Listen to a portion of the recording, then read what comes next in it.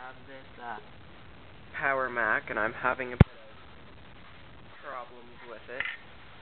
My old floppy drive broke, so I tried to put in a new one. All the wires are hooked up right, and I have it sitting right there. The front plate would go on top, but I won't put it there for now. So if I put a floppy drive in, right, and then you press the power button, it makes the Apple noise, and then it immediately starts making weird noises coming out of the floppy drive. And if you stick it in, it just pops right back out.